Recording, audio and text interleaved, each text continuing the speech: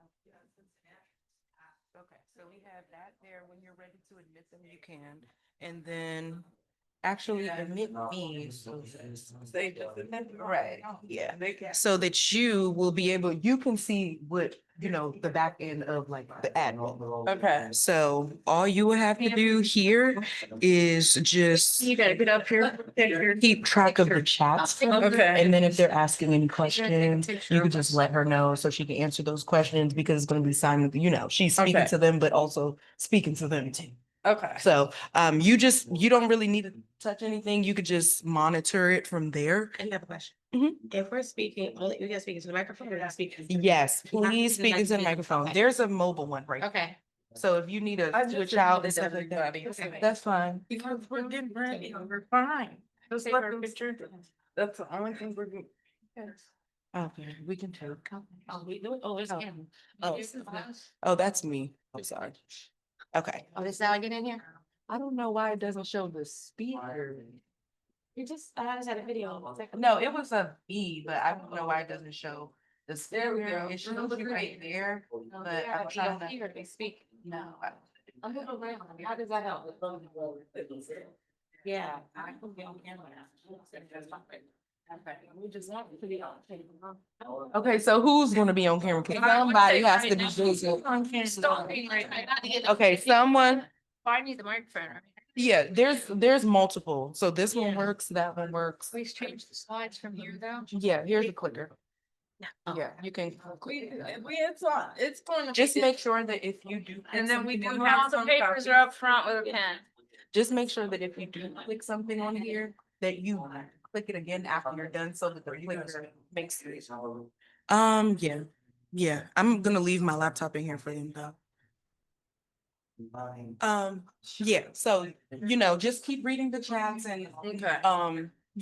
referring them to whoever's gonna be speaking and then after, when you're ready to just, pull up the worksheets and stuff, just hit escape and Okay. the Google Drive will show, but I think that the presentation slide will still stay Stay on. Yeah, so okay. you might have to unshare it and then reshare it again. Okay. Does that make sense? Yes. Okay, so I guess we can just keep letting people in. And of course, take your time. You have an hour. So, yeah. About what it's supposed to look like up there. Yeah, but you can just take, close that out. Yeah. You know, the camera's over here. Yeah, that's what camera is. Well, she thought I had to talk in the microphone. There's another one. That's why I said there's a mobile one there. There's a- I had that one right there. So you can do that there. Yeah, so somebody does need to always be in that camera though. Okay, you see on And that. then you can see who's in the camera from right there Okay. and make sure, you're just keeping everybody, at least one person in the camera so the Yeah. virtual people can see it. You see something, right? Yes, can see something. Lisa? If I'm looking at an empty box, Yeah. it will. You got it then? Yeah, we gonna work what we got. Okay, thank you all for coming Are you today. on? Let me see that. Is it on? It's on, right? No. No. Oh, No. okay. There it Try that again. Thank you all for coming today and welcome to Nothing for Us Without Us, lifting voices into system design. I'm Kira Reitzman and I am joined by Gianna Hopkins Israel, Danielle Murphy, and the three of us are a part of the Cincinnati Hamilton County People with Lived Expertise Work Group. We are a group of individuals who have experienced homelessness, and now we help by giving our feedback on system design and policy in Cincinnati. I see more of our members are in the audience also, and hopefully they will give some feedback today as we walk through the toolkit and all of our activities. So this session is about transformation, not just theory. It's about how people who have lived the experience of homelessness can move from being consulted to being co-creators of the system and the solution. When I submitted to speak at this conference, the proposal was not about our group whatsoever, but a toolkit of best practices that could be used in many different spaces, including our own. A customizable tool to help guide you along the way, and hopefully one that our own group can also use to grow and flourish into its best version so far. So we'll spend the next 90 minutes reflecting, building, and leaving hopefully with practical tools you can take home and replicate in your own communities. Take what you need and leave the rest, or edit and change it to fit your group, your community, and your needs. And remember, the title isn't just catchy, it's a promise. Nothing for us without us. And when we honor lived expertise as leadership, we design systems that truly serve.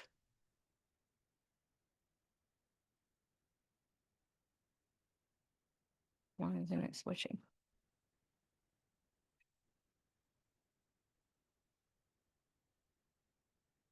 Okay, so here's the roadmap we're working from today. It's not just an agenda, it's a reflection of our own journey, full of both clarity and course correction.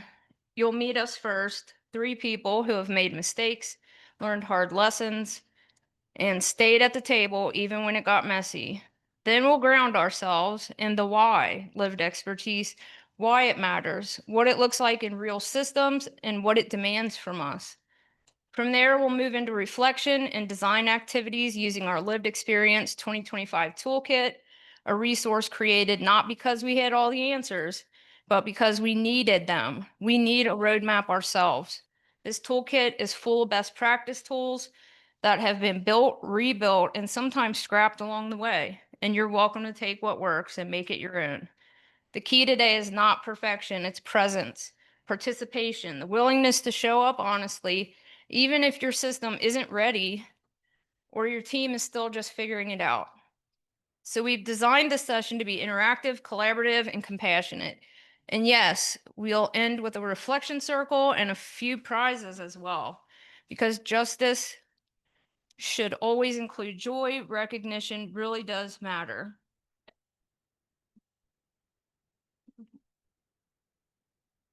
Backwards. So I'm Kira Wrightsman.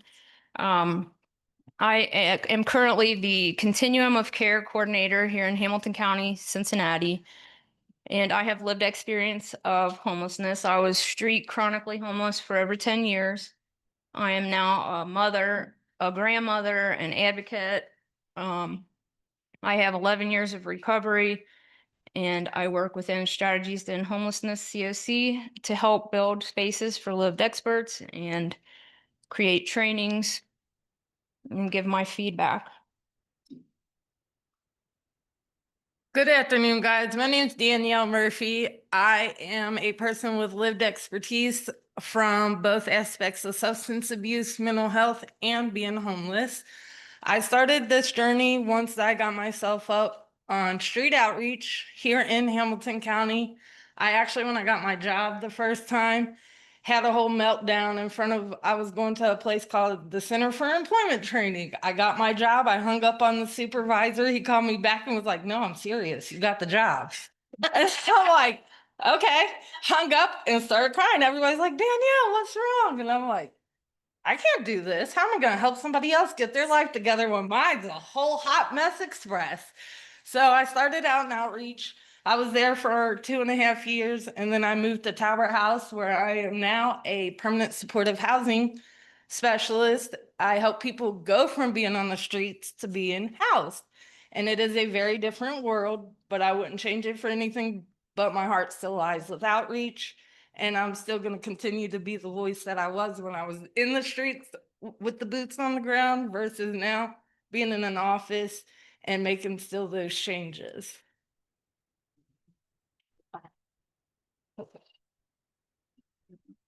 Thank you.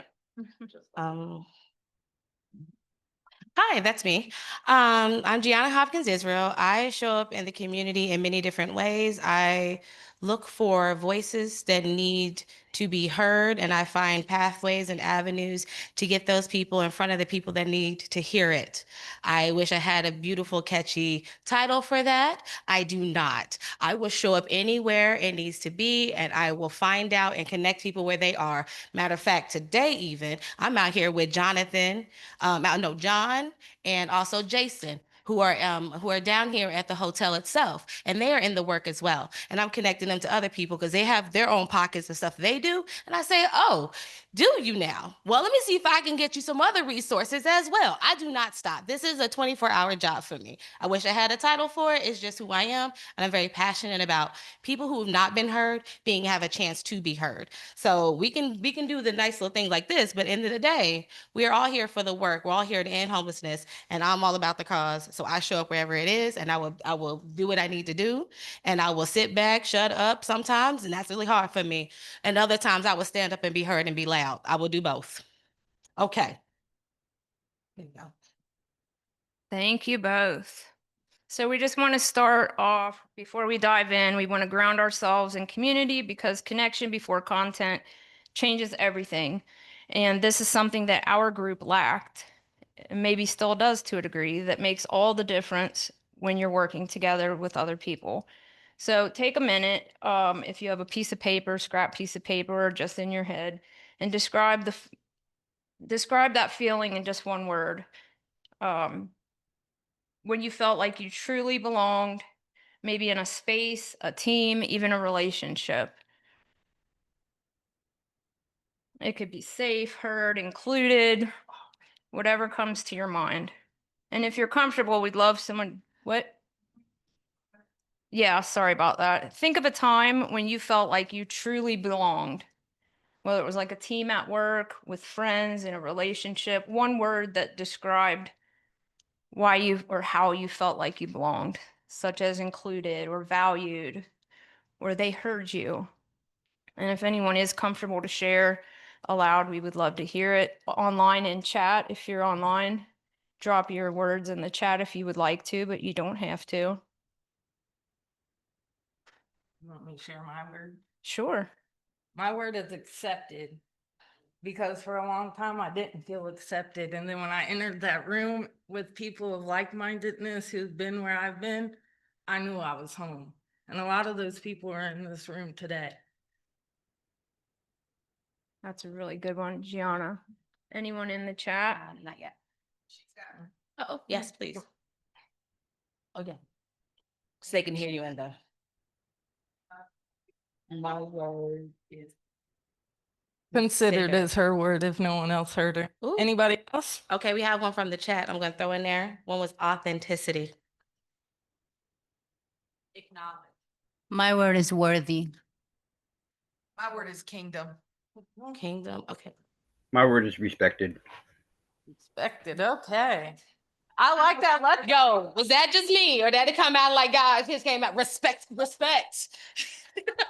All right, I got one over here. I want to say it's not necessarily lived experience, but lived shared life. I guess that's the way I could put it. Because the only time I felt like I was comfortable in any setting is when I was around other people who understood the journey that I was walking. Anybody else?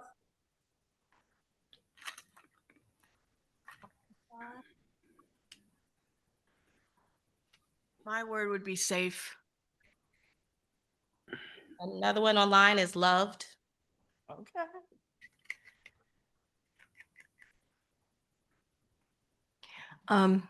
Mine would be love too, but I'll tell you a story. I was asked by my family to be the Santa Claus one year. I had a little child baby that was under a year, I think 6 months or so. And even though I was dressed as Santa, it was like she didn't want me to leave. She wanted me to keep carrying her, and she refused to be with anybody else. So I couldn't be Santa because I had to be there for her. So very loved. Very loved. Loved. Anyone else? Very loved.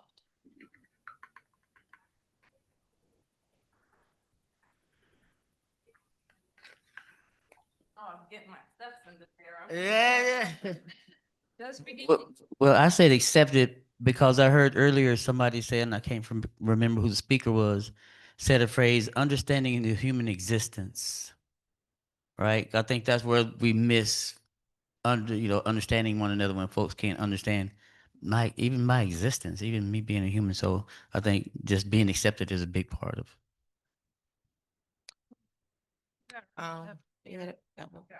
I chose necessary just because I know, like, I'm Miss Solo Dolo. I know we say we don't need anybody, but I think ultimately it comes back to the human experience and the understanding.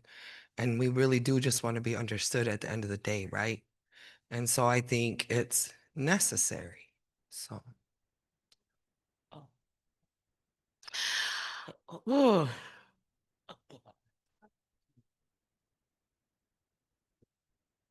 One word. It's actually my name. Kutanza is my middle name. And it means to care for, to cherish, protected. I feel protected. It's Swahili. How do we say in indigenous tongue? I can't say it. I can't pronounce it right when the word protected.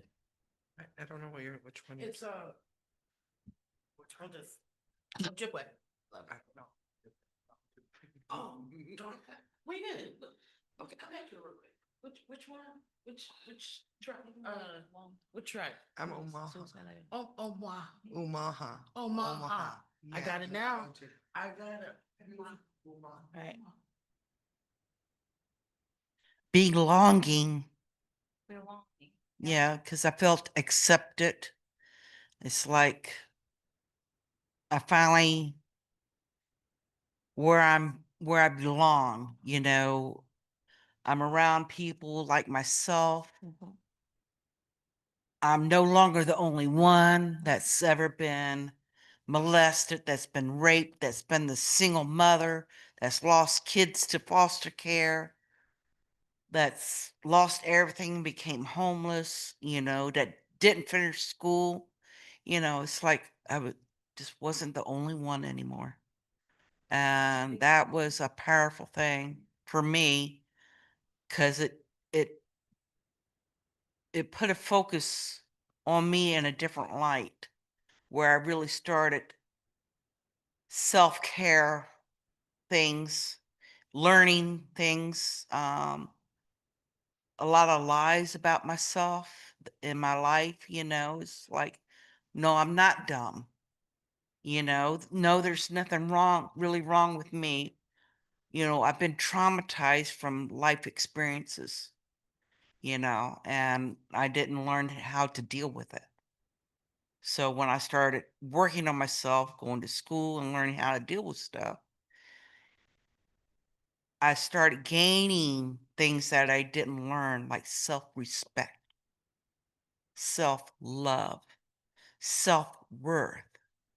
That self-esteem word doesn't work for me. I couldn't wrap my brain around it. So I look at self-worth or self-value.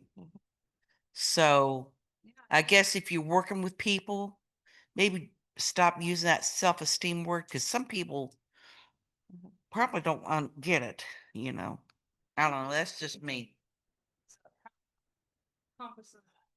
And I will also add, from the online I got self-love. one last one over here in the back. Self. Yes. Thank you. That's harder word. No fair trick question. Yes. Okay, in one word, how would you describe what belonging means to you? In one word. Have. But I want to say something else, but you said in one word. To keep. In one word. One That's word. a trick question, It Steve. is, but I It would is. say one for me, and that's the one I feel when the word for belonging for me is connected. Connected. Connected. Yes. So I have Fine. one question I want to put on your all's brains, and I want you to think about it until the end, and then I want to hear some responses. How do y'all put your pants on in the morning? I ask all my clients this, especially when they're like, you don't get it, you don't understand. How do you put your pants on? Think about it. Let me know your answer at the end. Thank you. That's beautiful. I do appreciate each and every one of you, and thank you all. So let's carry those words with us as we explore what it should look like when systems create the same sense of belonging for the people with lived experience. Why lived experience matters. So the phrase nothing for us without us, it didn't begin in housing or homelessness. It came from the disability rights movement.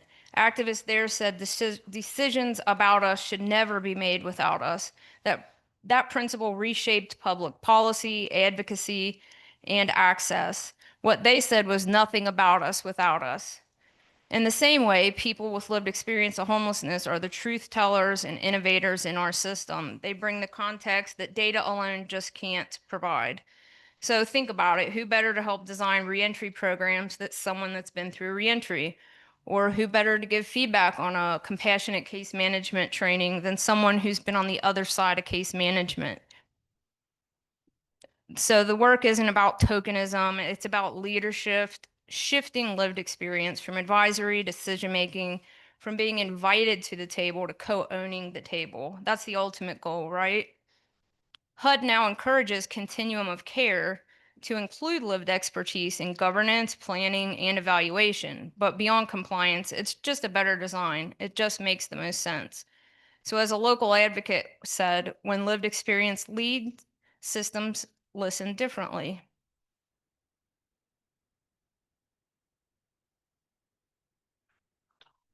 Okay, philosophy and practice. Leadership and governance. HUD requires every COC to have at least one person with lived experience as a voting member on their board. Best practices go further. Sorry. Multiple voices, diverse perspectives, youth, veterans, families, chronically homeless. That really strengthens the decision making. In Cincinnati and many other COCs, work groups now create or try to create leadership pathways so members move from advisory to decision making. The Homelessness Council in Cincinnati here locally, we have 3 seats. We're required to have 1 and we have 3 dedicated seats for lived experts. However, the goal is to have a lived expert at every work group, every discussion, every planning committee, everything that goes into homeless work, we should have lived experience voices present. When lived experts sit at the table during program planning, policy, they just become stronger and really more realistic. So an example of a curfew or ID rule on paper may seem logical, but lived experts catch how they can create barriers. Evaluation also improves. Lived experts ask, does this program actually meet people's needs? HUD guidance is clear. Lived experts should not be expected to volunteer indefinitely. They should be compensated. Payment recognizes their contributions as professional expertise, not charity. Support like transportation stipends, mentorship, leadership coaching really do help prevent that tokenism, and it enables success. This is something our own COC group needs to work on improving, just to be real. Our contractors are paid hourly, but the extra supports are currently lacking. Centering lived expertise holds systems accountable to the people they serve. It's not symbolic inclusion, but true power sharing. Programs shaped with lived experts reduce disparities, increase trust, and reflect cultural and community contexts. This is where HUD is trying to lead the way beyond token seats towards systems that pay, train, empower all lived experts to shape policy at every level. So next, let's look at examples of how communities are making this real on the ground.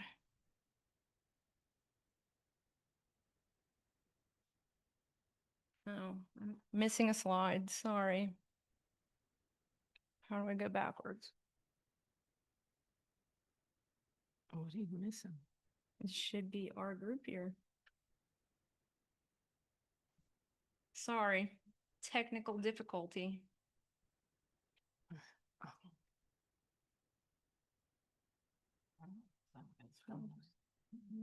Way up, way up.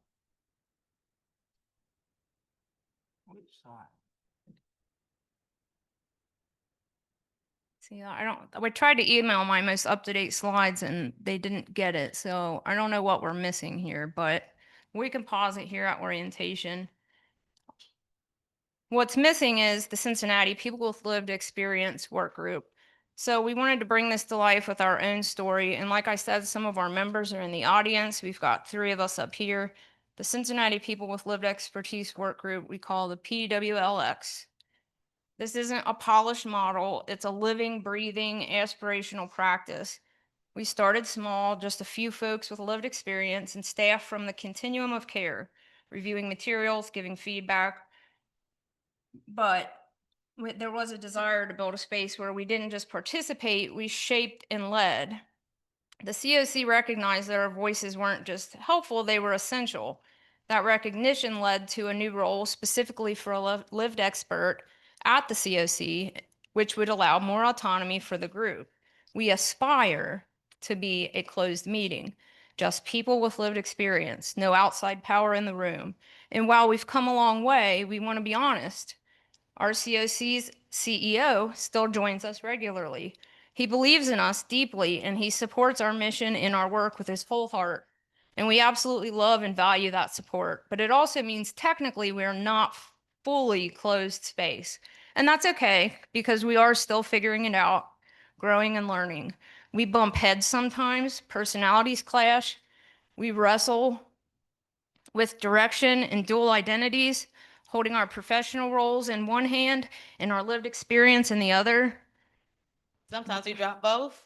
Not knowing which to fulfill, but all of that, that's real work. That's authenticity. That's community. And we strive every day to live out the very principles we're sharing with you today. However, we do fall short. So no, this isn't a finished product. It's a courageous process, one that transforms systems not by being perfect, but by being real together. So we're already here, orientation. If you are thinking of joining or creating a group in your community, whether with a COC, grassroots, just at your agency, orientation isn't just a first step, it's a foundation. New members often carry both brilliance and trauma. So let's make sure that they're welcomed with transparency, support, and time to settle. The Cincinnati COC has always wanted to use shadowing, buddy systems, mentors to ease folks into participation. However, time is always an issue. No one has any of it. We do communicate before orientation. We try to schedule orientation before the first meeting takes place and offer follow-up and additional calls as long as someone needs it. That includes newly set open office hours a week before our meeting, a day after. They can also call unscheduled if they feel the need or have questions or just want to talk about things. One day we hope to have a mentor or a buddy system in place, as we do see it as a best practice. We have to get our group on solid foundation first. Principles of a liberated space. One of the biggest lessons our group learned was that structure alone does not create safety, culture does. When we talk about liberated spaces, we're talking about what we hope to build here in Cincinnati, not what we fully achieved.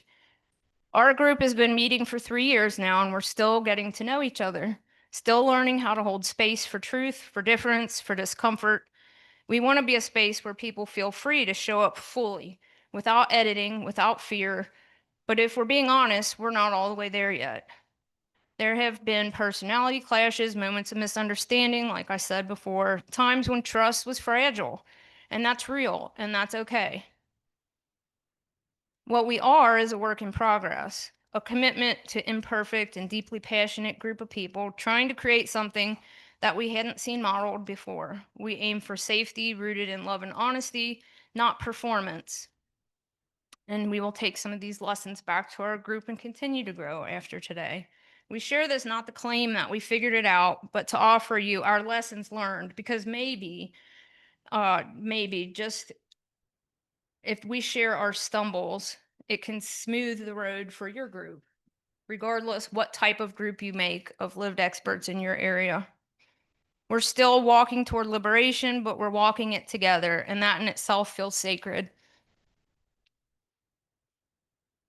Work beyond meetings. So the most powerful work often happens between meetings, like today. We make sure our members are visible, influential, and funded. The Cincinnati CSC funds members who volunteer to take part in the annual point in time count, the unofficial point in time count, local focus groups, large group scoring for funding, and other community activities. Attendance in these places ensures that people with lived experience provide input across the system, including funding decisions, advisory decisions. We've also set aside 3 permanent board seats for those with lived expertise. Again, we have some work to do here, but we are just trying to get lived expert voices in all areas possible. We do invite people that do not have lived expertise into our group at times. Guests without lived experience visit our group. They aren't there to lead, though. They're here to inform us. We only invite them when it supports learning and empowerment for the group. This maintains a protected space while ensuring informed decision-making. Think of it like guest speakers in a classroom that's run by the students. Compensation. So we'll just be direct here as well. Compensation matters. We don't expect anybody to volunteer this much labor and emotional labor. It is a big emotional pool. In Cincinnati, we fund the program through COC Planning and Community Solutions Grant. And yes, you will get asked, how do you afford this? The answer is that you have to plan for it. You budget it from the very beginning, not as an afterthought. If you're thinking of creating a group of your own, explore grants, funding streams to make sure that you can keep the group intact and keep them compensated. Professional development is essential. People with lived experience aren't just participating, we want them to lead. We recently got our first ever professional development grant. And this was to offer professional development opportunities to our members that they may not have had otherwise. We have even stumbled here. We're stumbling currently, but we're doing the best we can to not lose this opportunity. However, it is an opportunity that you should try to plan for when developing a group of your own, if in any way possible. And recruitment. So this is where many groups struggle. We've learned it's all about relationships, not numbers. Word of mouth works better than a big recruitment blast. Be upfront about the time ask. Offer a buddy system, something we wish we had and don't. If you can support one, that is. And let people dip a toe in before diving in fully. Think of it as planting seeds, not collecting signatures. Strong roots are how things will grow healthy. Best practice is always going to be quality over quantity, transparent commitment expectations. This is developed by our own group. This is the COC, People with Lived Experience Work Group, created principles and guidelines as a group that are read at the start of each meeting. And this is an example of our very own principle and guideline. This should be something you develop with your group. And evaluate yearly or regularly, build it together, if not a mission statement of principles and guidelines. These are just examples. And then we will get into the toolkit. This toolkit, again, is a best practice. It's something that we need to look at ourselves. This is the part that gets people buzzing, the how, the tools, the action steps. So we've broken it down in the Lived Expertise Toolkit, which is a companion guide, not just a theory, but again, you can edit, change, take what you need, leave the rest, as we will also do. You will get a copy of that digitally if you don't already have it. I just need your email afterwards. I didn't print the toolkit for everyone. Let's see, that will have a systems collaboration mapping worksheet, a visual way to see power dynamics and find where lived experience fits and where it should lead. An digital co-creation toolkit, which is a little smaller version of the whole toolkit. An engagement checklist to ensure people with lived expertise aren't just added last minute, but they're meaningfully included with prep time, compensation, transportation, flexible hours, whatever you can provide. a role definition template so everyone knows who's doing what and how to share that power.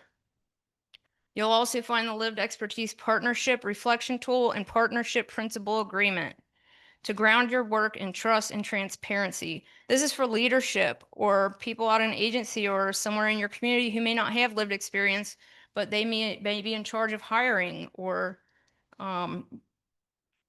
working with the lived experts, like our COC works with us. And finally, the lived experience engagement mini plan worksheet, which all of you will be completing today before you leave. It's our way of moving from learning to doing right in this room. And I hope that our own local group creates a plan that we can take them back to the group as a whole, and maybe we can review them together and grow from this as well. So our first interactive activity, we'll take a pause from learning about what we did, and we'll think about you and your system. Again, this presentation was not about us or our group. We just wanted to give you a little insight. The first interactive activity, you'll take about 10 minutes. You can get in a small group, someone sitting next to you, or if you feel more comfortable to do it alone at your table, you can, and reflect on these 3 questions. They should be on the dry erase board there. You can pick one question, or if you have time in a group and you want to answer more than one, feel free, and we will get back with you in 10 minutes to see what you came up with. What has helped you feel most heard in the past, whether in work, community, or your personal life? The second question, what gets in the way of trust between systems and communities? And third, what's one small change that could lead to a big impact? If you're going to break into groups, each table should have one person to jot down notes, key ideas, and we'll use these later in our design activity and sharing together.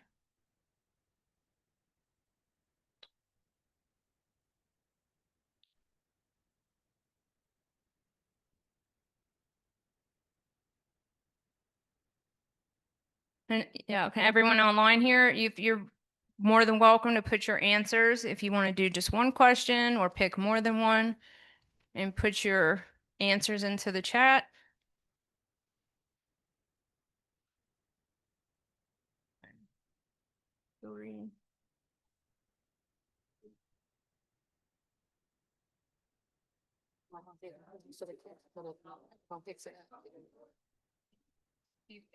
You want to take out, you mean you're more than welcome in here. Yeah, it's not my words. So it's, I'm It's reading. just activities though. I know. We just gotta watch it on. Answers, right? Yeah, just take out activity, start the part, you gotta get a reading part. Like 307-ish. Okay. All right, guys, I'm going to help you out because I know I'm blind if I'm sitting in the back and I can't read this. So the first interactive reflection round says, interactive reflection. What does true collaboration feel like? Reflection prompts. What has helped you feel most heard in past experiences? What gets in the way of trust between systems and communities? What's one small change that can make a big impact?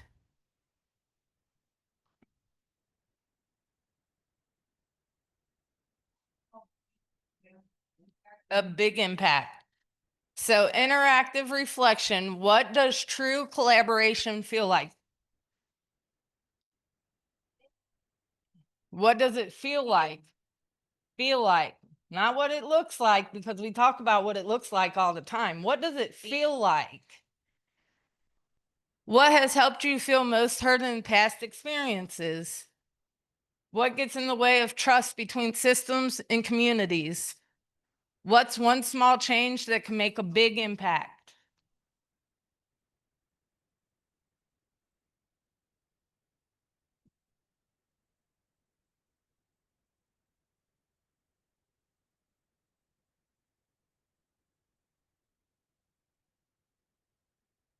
I started to say, will it help if we help you guys while you guys are talking about it? I can tell you what my definition of what does true collaboration feel like. True collaboration is every system that client works with, works together and comes up with a plan, and they all take their step in that plan and get that client to where they need to be. Not, oh, you do the housing, that's all you're important for. Oh, you are the case manager, you're case managing it. No, we are all together. If she's the case manager, I'm the housing specialist, that's the psychologist. We need to come together at a table, sit down, and go, what's going to help our client, and make that plan and take it step by step. Not just oh, you work for this company, you do your job, we're going to do our job. It's a togetherness. The more support they have, the more likely they are to succeed and graduate and become the people we are today. And that's the ultimate goal.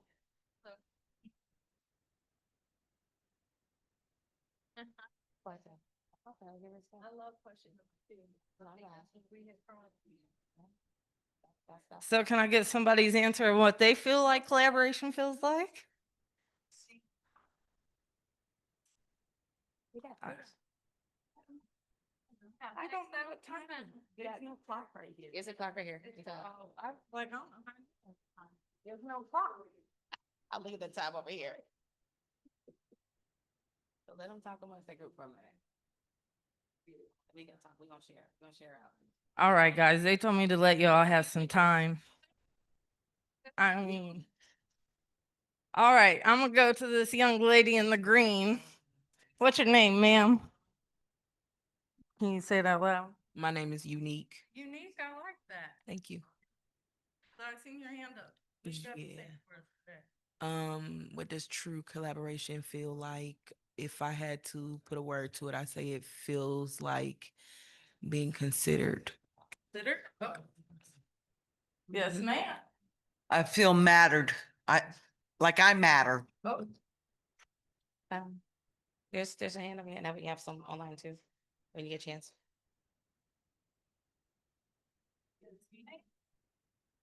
True collaboration makes me feel valued. I remember raising kids because, I had experience of homelessness on and off for 20 years with children, without children, as a single adult. And I remember just going to the aid office, like when I was raising the kids on the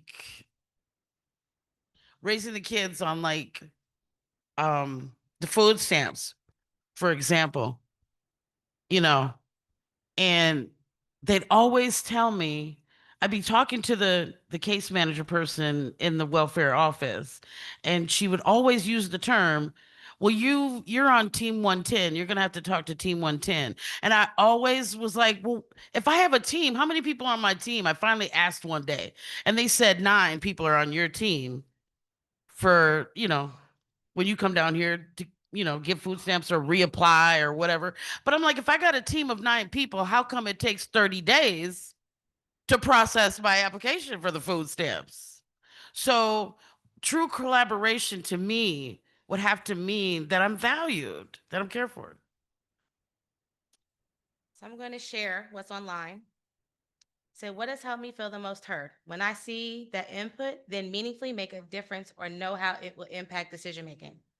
Things that get in the way of trust, when knowledge or decision-making spaces are gate-kept or with things constantly changing. Anybody else want to share what does true collaboration feel like? I'm not going. Light is bright. Need some sunglasses. Well, we said that it feels uncomfortable because you have to step out of your comfort zone to be able to accept the idea of true collaboration. It also feels inclusive and humbling, and it feels like acceptance and safety. Anybody else want to share from the room? Yep. What does the true collaboration feel like? Any of the 3 questions. Or any of the 3? Subscope questions, yeah. What'd you say? No. Trust between systems and communities. What about what has helped you feel most heard in past experiences? Because I know everybody in this room went somewhere and felt like they weren't heard. Right? This question, it made you think, meaning what has helped you feel most heard in past experiences, and especially when you share or say or tell or teach others and they believe you. Of course, you're telling the truth of your past experiences because you want to help pull them up by the bootstraps to help. So when you tell and teach and talk and they believe you, that's always plus, because if I got through it, can do it, I know it works, and I want to share that with you, that you may hear it. We work together, do it, and know you can get to the top. Thank you. Danielle, one thing, gentleman, woman over here, and have a mic online as one too. Okay. Which one you want to answer? You want to do? Okay, so the first one says, what does your true collaboration feel like? The first few collaborations I did, I felt comfortable was being heard, an acknowledgement of, hey, I went through this trauma, I went through this housing insecurity. And then the third one was the community, the sharing of the information. That was most important to me. Go ahead, Mike. Mike online? I would like to answer the last one if I could.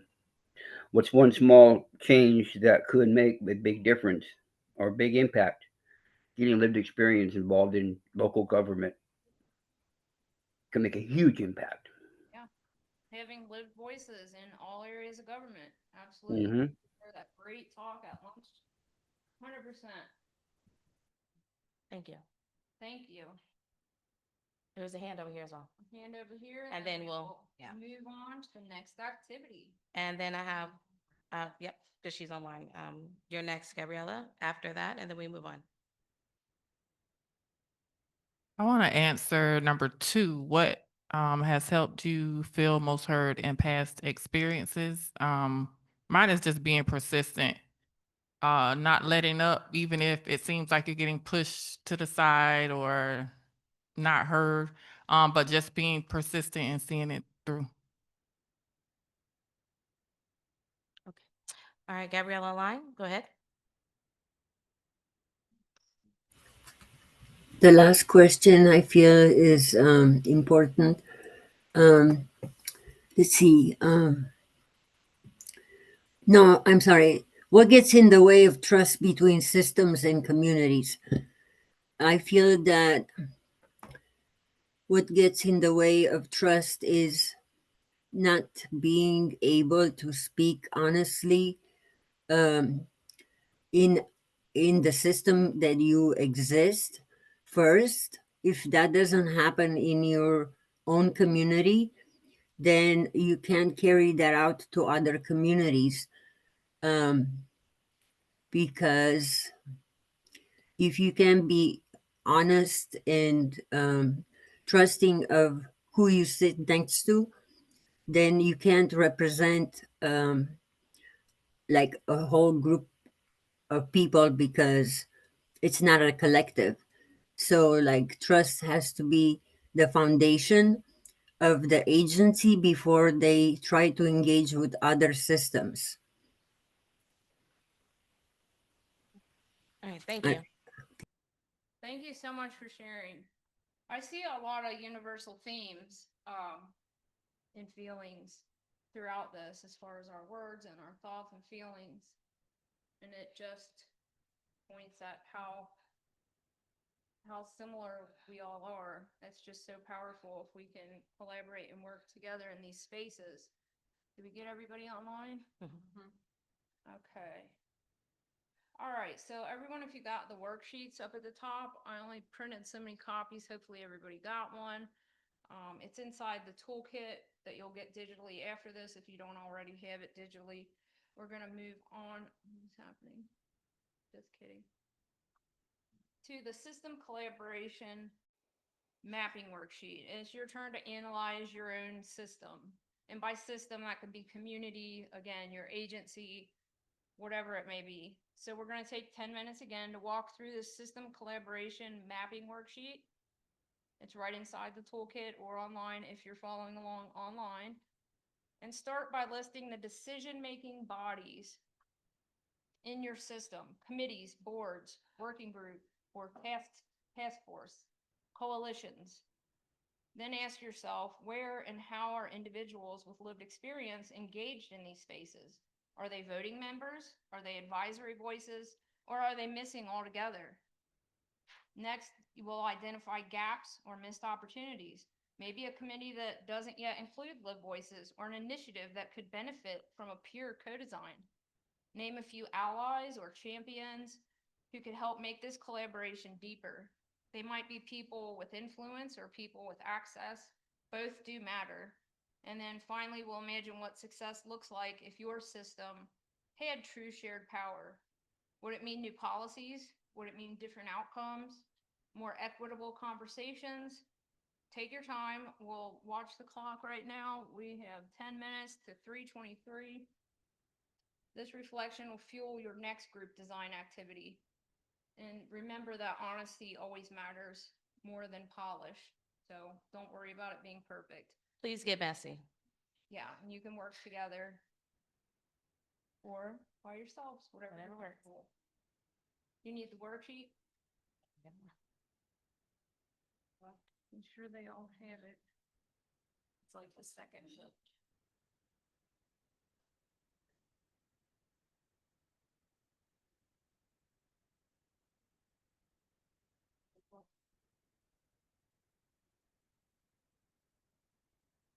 This one. This. Packet. System collaboration.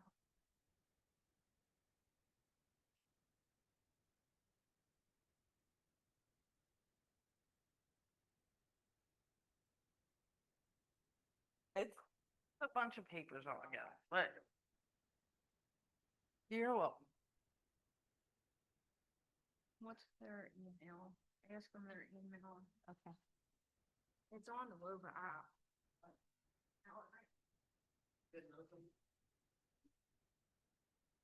Does anybody else need a packet? There's a few of them.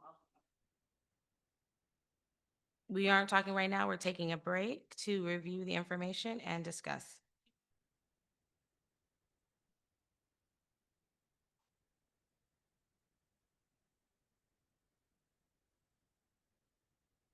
Yeah, that's it. Is there a 1-2 page for that? This? Look, I'm gonna give you, take these. You take that. Okay, thank you. You're welcome. Okay.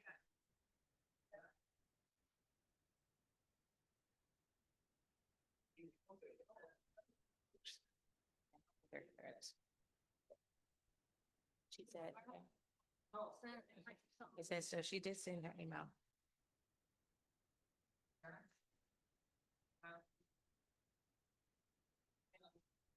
So there. The DOT, I'll let you know.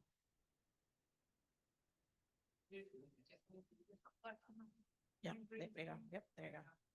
You got to do it. Do that.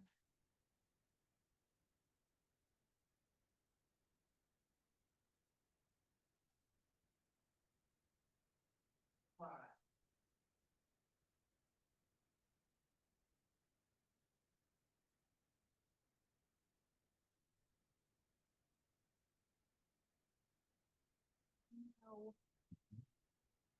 Intriguing. We nothing about. No. She just showed us how to get to the worksheet so the people on Zoom could see it. Yeah. They have it on Zoom. Yes, hold on.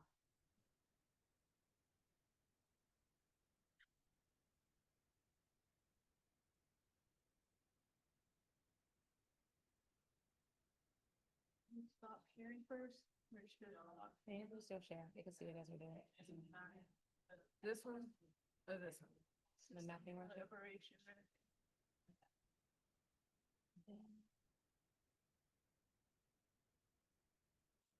It's a little better. There it is. There it is.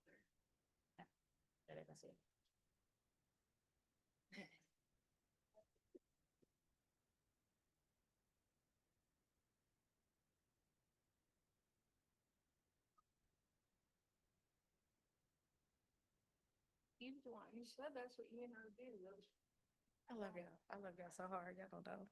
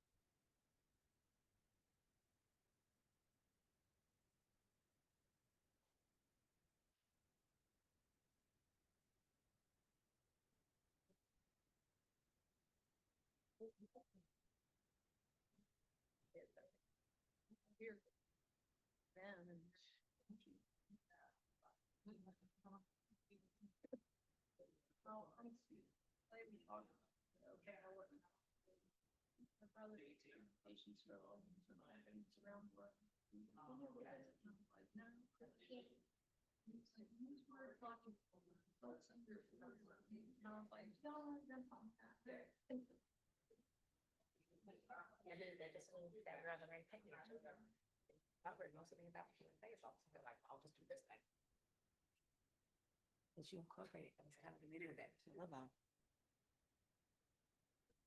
Yes, I gotta say, y'all know.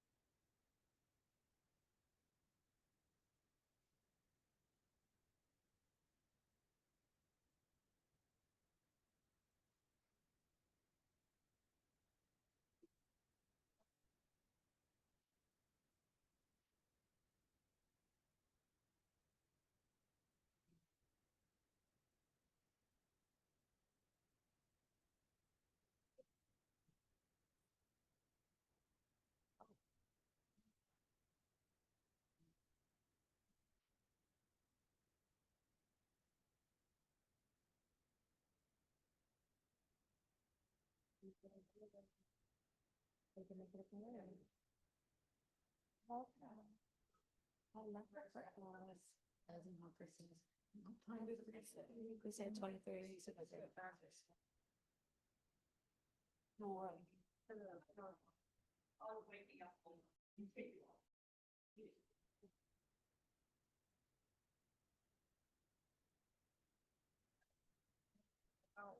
up with. You might get done early. Nobody's in here that. I was okay. Sorry.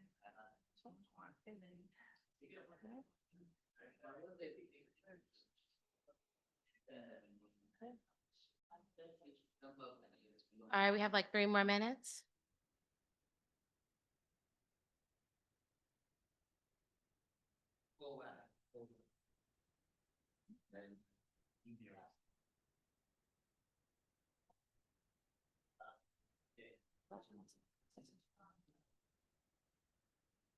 So we're gonna ask you this with them. I'll read these before you start with them. Okay, that's fine. Yeah. That'll be what we do for the ending. You said 3 calls. I'm so blind. I need to go get my stage and get my. It looks like glances. I don't have my land wrong. That's down there. Okay, so far away. Can't move on. That's why I'm sitting back. That's why I sit up front because I can't see. So I'm going to, you're gonna read questions and I go over the chair. Because I'm just like, oh, I want clarity of these. I want to, like, I know. As a gift, because if we don't, those are gonna get lost. Like, I'm gonna make that. I was trying to put. I'm just saying, I was gonna make sure.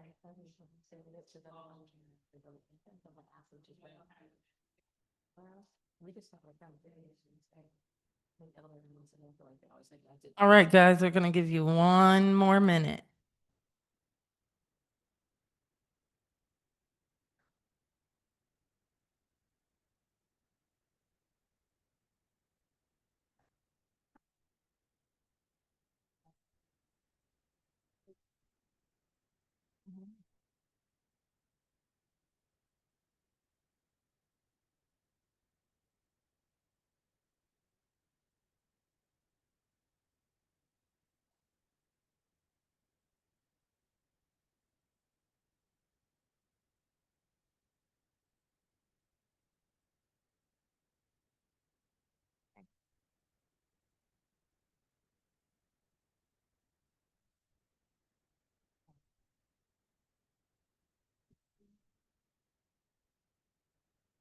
Okay, we're gonna begin. I'm gonna start with online folks. I don't want them to feel like they've been left out and not part of our belonging scenario that we are trying to create. Marla has answered some questions and I don't know, Marla, if you want to come off mute and say it yourself. If not, I'll say it for you. It's up to you. Hi, great afternoon to you. I'm Miss Marla. And did you just want me to read what I had put in the chat? Yes, ma'am. Okay. So for the first question, I was trying to go back to the chat. I'm on my mobile. For the first question regarding current, and I hopefully understood the question correctly. Please let me know if I didn't. Current lived experience decision making. We have the SMAC Directors Council.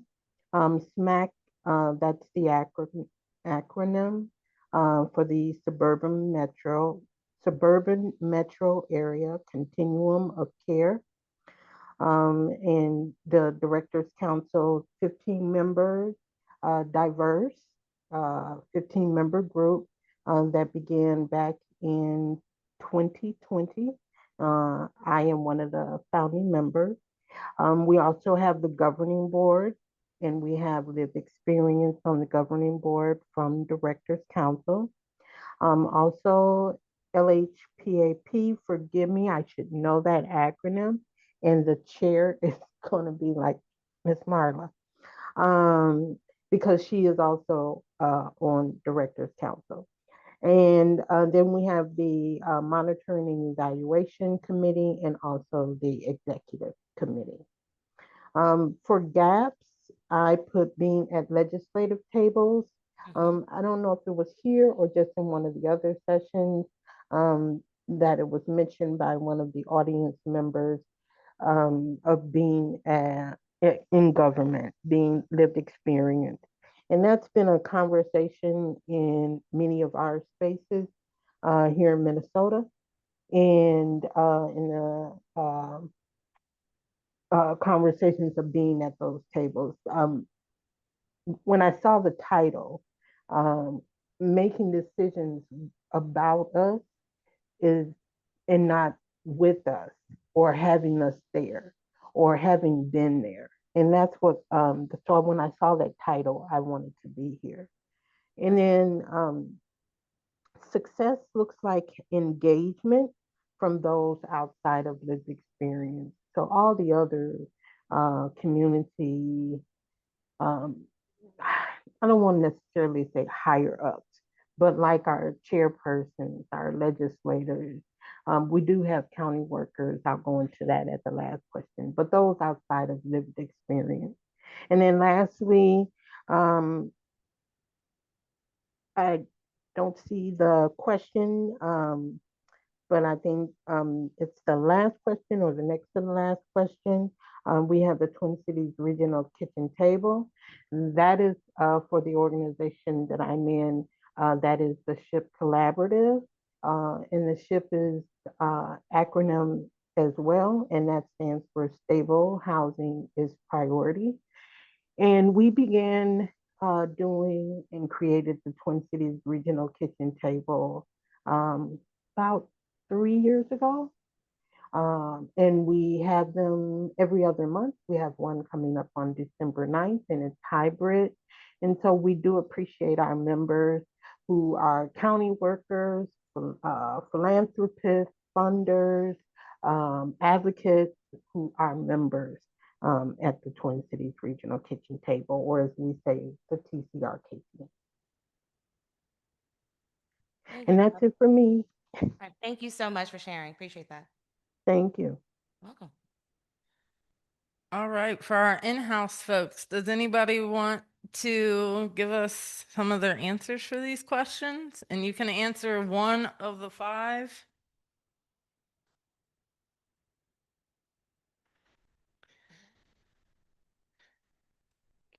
Me and Miss Unique's gonna be friends by the time this is over with. So,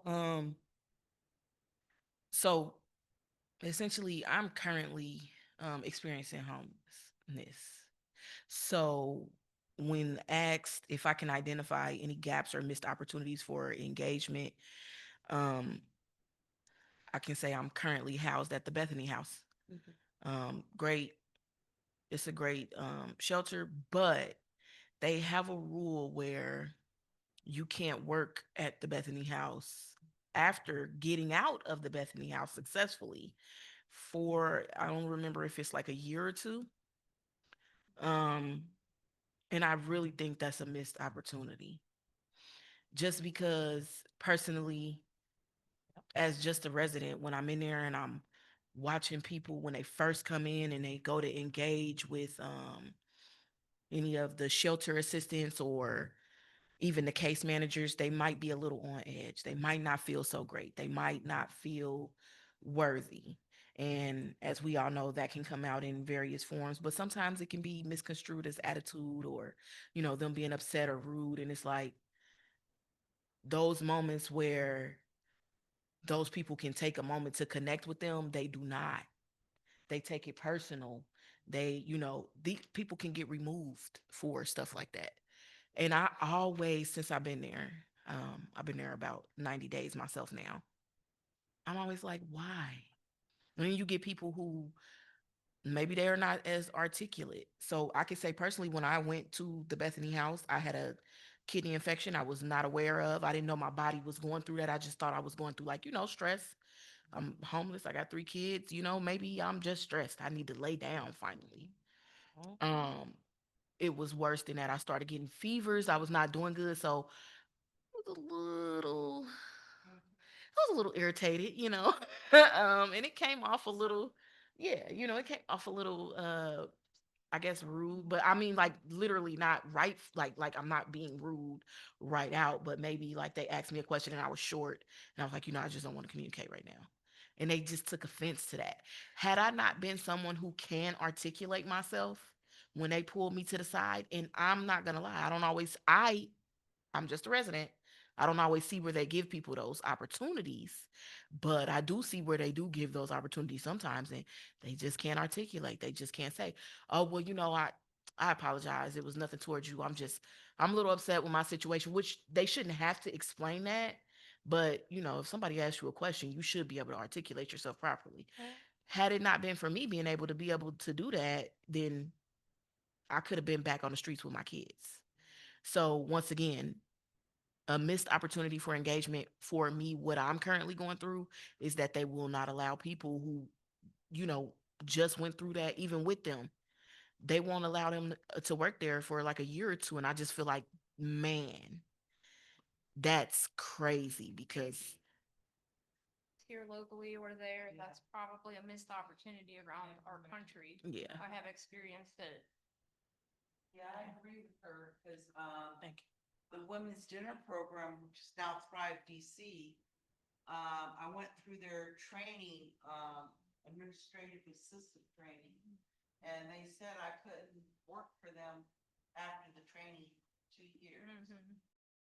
We gotta move to this one. I'm sure that it's a very common issue here. We're gonna do one more question here. We're getting short on time. I hate to cut people off, but I just wanted to acknowledge, thank you for sharing your story because it's very traumatic, you know, and me hearing that as someone who's formerly homeless, been housed 10 years now, it's like yesterday.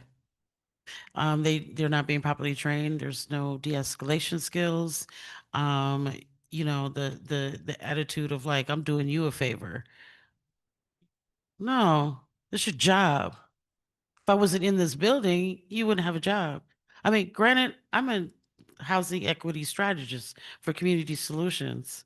I don't have any problem losing this job because that means everybody's doing well, you know. So collaboration between you in that space and wanting to work it's unconstitutional.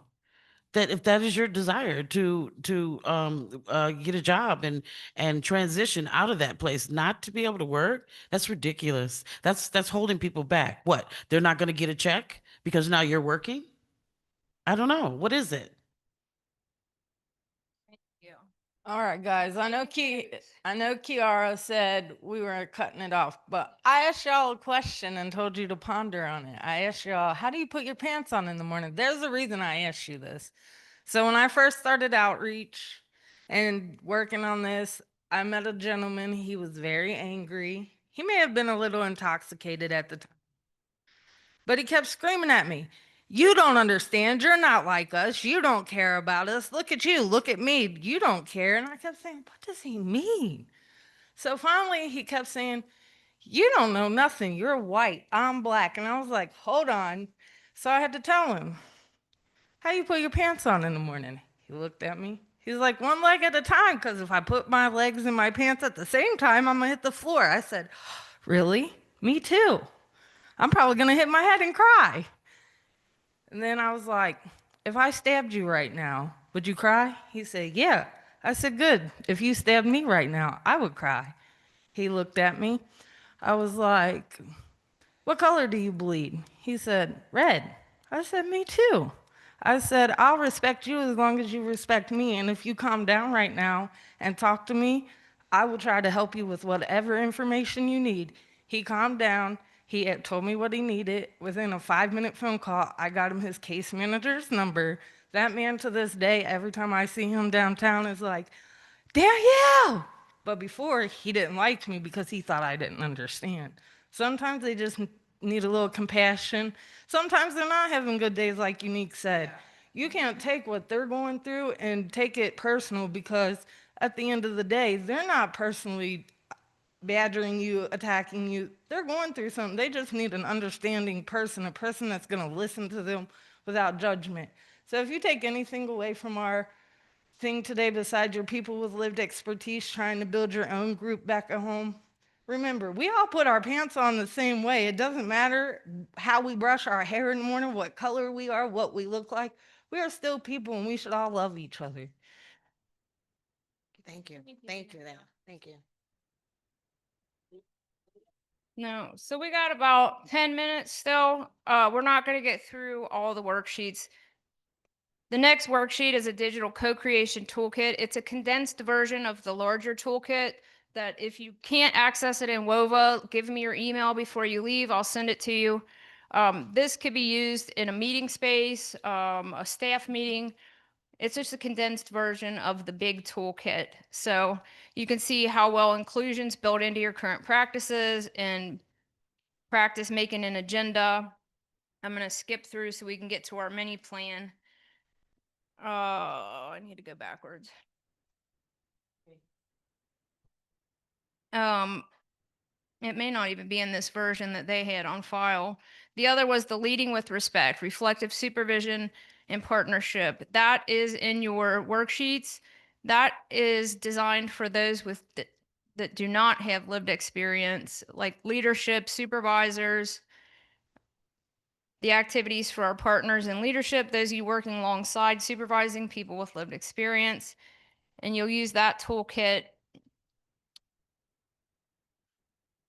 Sorry, our stuff doesn't match, but that's in there in the worksheets you got today. It's also in the large toolkit but I wanted to get to the interactive mini plan so that the last few minutes we have together, you can make your mini plan. Where are you at? It's where all the thinking from today comes together. Yeah, that's our 6-month mini plan. Yep. This activity, each table or small group, you can make a 6-month mini plan to bring lived expert engagement into your own work and your own community. And don't worry about perfection, focus on clarity, responsibility. Step 1 is to identify 1 or 2 actions you could realistically take within the next 6 months. Maybe it's starting a small advisory group, compensating peer speakers, or building a mentorship pipeline. Number 2, name your partners. Who needs to be involved for this to succeed? That would include program managers, peer leaders, or community advocates. Number 3, think about what success looks like. How will you know you've made progress? It might be new roles created, lived expert meetings hosted, or changes in participation rates. And number 4, decide on a first step. Something you can commit to before you leave this conference, before you leave this room today. We can spend the last few minutes on this, and I'll walk around, Danielle, Gianna, we can answer questions and help you walk through it, look at barriers. And afterwards, if anybody wants to share their mini plan, we would love to hear it. And I have a couple of t-shirts to give away for anybody that is interested in sharing their plan. We have a little less time than anticipated, but we'll use it wisely here.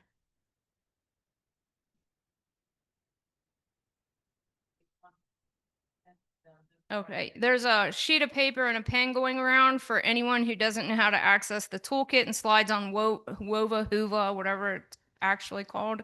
So you can put your email address, try to write it neat so I can read it, and I'll send the materials out to everybody afterward. Just watch for the paper, or you can walk it up to me at the end, either or.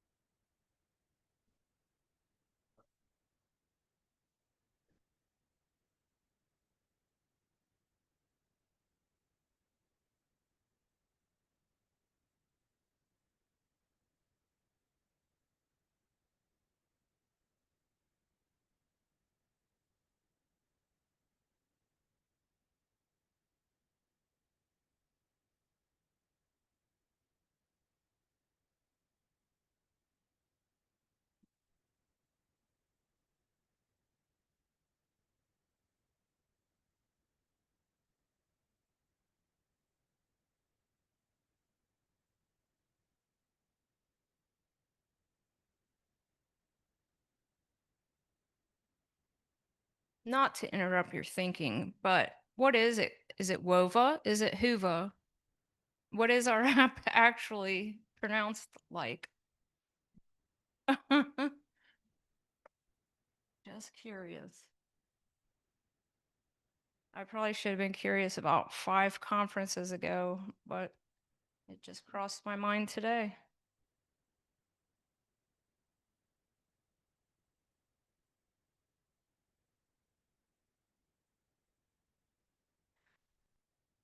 Well, we're down to 4 minutes, so does anybody have anything down yet that you'd like to share? Quick, like a first step, actions.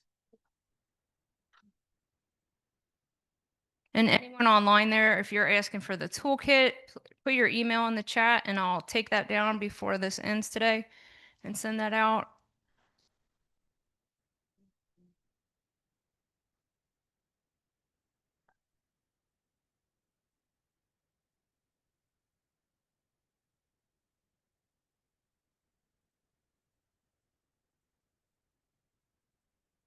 Huba.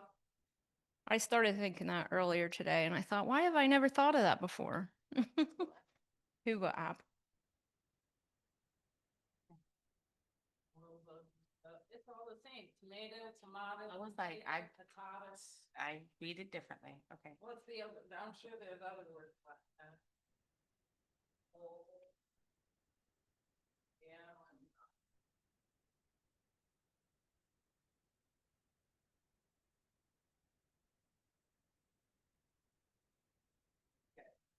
Okay.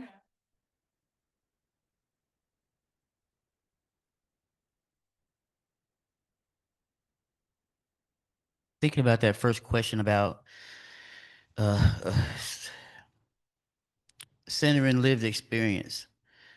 In the work that I do, and realizing that lived experience, lived expertise is beginning to be something that people are talking about. I think about the foundational work that you have to do in building a house.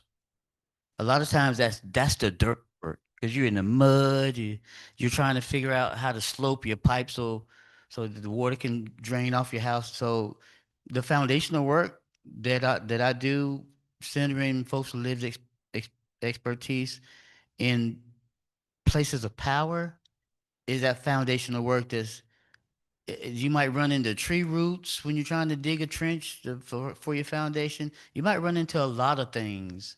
You know, you might even run into something that somebody has built before that you have to move out of the way in order to build a new foundation that you're doing right. So for me, this is dirty work. You know, this is that. You know what I'm saying? This is nobody wants to be in the mud, but in order to build a house that I envision seeing as far as what folks live experience, and this being a profession, just like a lawyer, I'm put on retainer. You know, I want to get paid. I want to still live. There should nobody be going through the experience of homelessness, active homelessness, as you're doing the work that you're doing. So for me, the foundational work, this is dirty work, and I'm realizing that the foundation that we build is going to be even going to make the house even a stronger one if we can get these things done now and cut the roots out of the way. And I'm saying to build that what we're trying to do. Without the foundation there, we're working on that ourselves. And we hope that these conversations spark innovation across systems and across communities, hearing each other's input and feedback.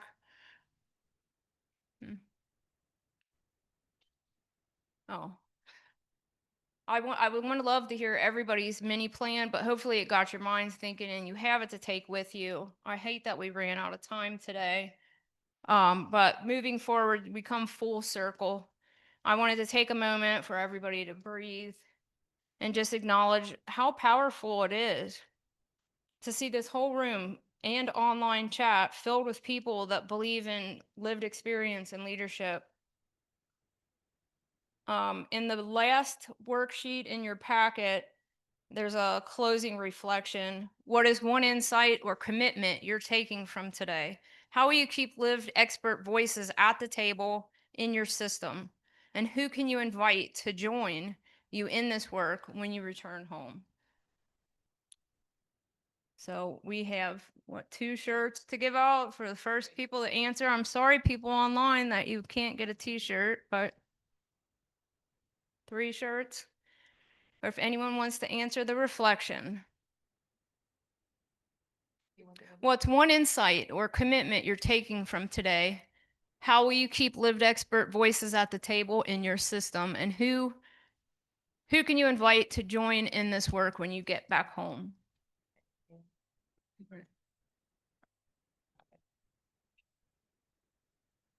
So I told you all by the end, me and Miss Unique was gonna be friends. She shared something that really touched me. I think it's great that she's still here while she's experiencing something and trying to put her insight in and giving her voice and letting it be heard. So I want to give you a shirt today, ma'am.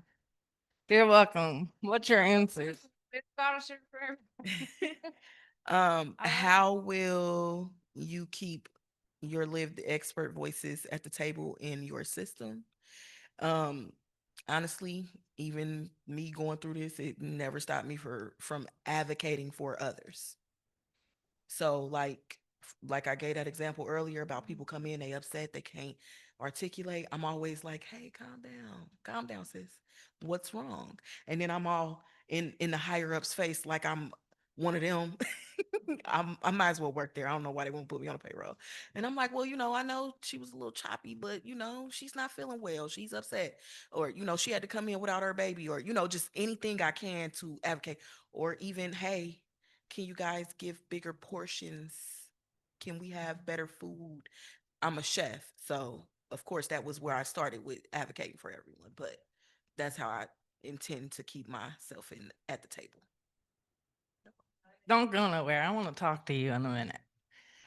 All right. Let's go back here. All right, I get to pick anyone I want.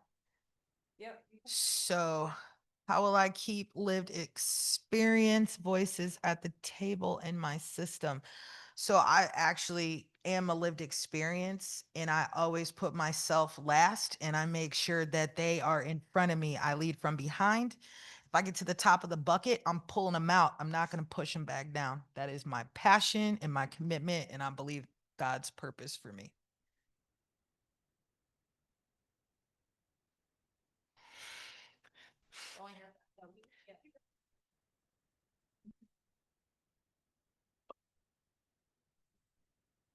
So, where I'm from, my name is Wilma. I'm also a person with lived experience. And where I'm from in Rhode Island, we have a Voices of Homelessness Speakers Bureau program, which is inclusive of people with lived experience.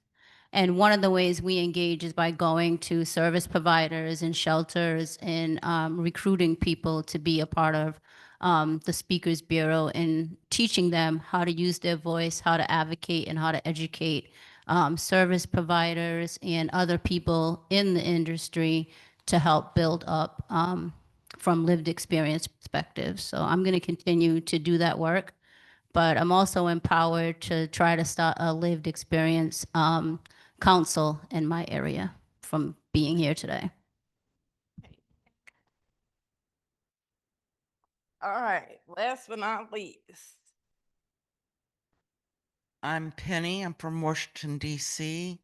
I'm also formerly homeless speaker with the National Coalition for the Homeless. And I'm looking at our boss back there that's looking at his phone.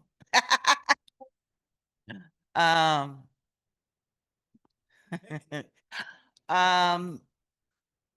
well, there's several, I guess, things. One is, share my story openly.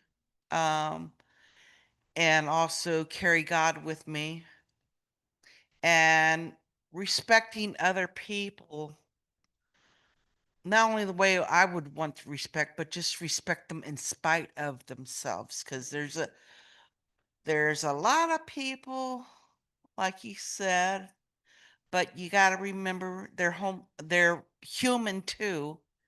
And I kind of had this a little bit of the same experience. I think you were talking about it.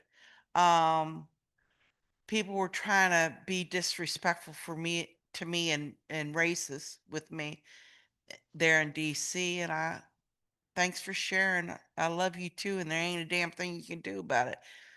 You know. So that's the way I had to carry it, the 10 years I was homeless. And I got a lot of respect out of it and made other friends. So keeping it real and keeping it human. So I do have one request. All the people that got shirts, will you come take a picture with all three of us so we can send it back to our work group so they can see what we did here?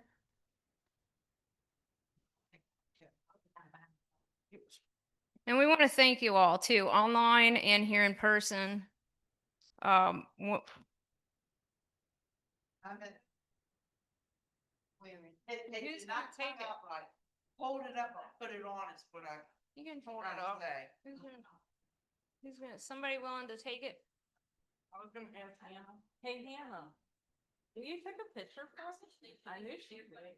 My terrible camera, but yes, so I have it. Hannah's, where's your shirt? Donna? I gave him. You took it off of her back. That's what we do.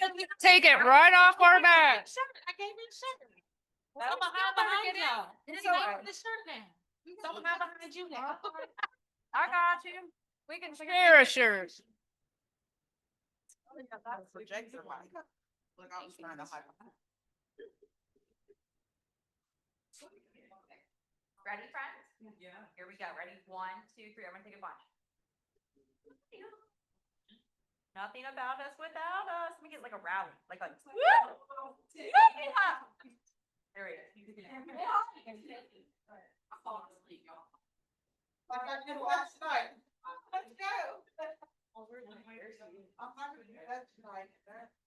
It sounds like you all did amazing. Is it finished? Yes. Oh, We ran out of time, but we just got. Okay. Thank you everyone online for joining us. Yes, thank you, everyone online. We are going to end this meeting and we hope you have a wonderful day and we'll see you in the next workshop. Bye. Guys, I got you.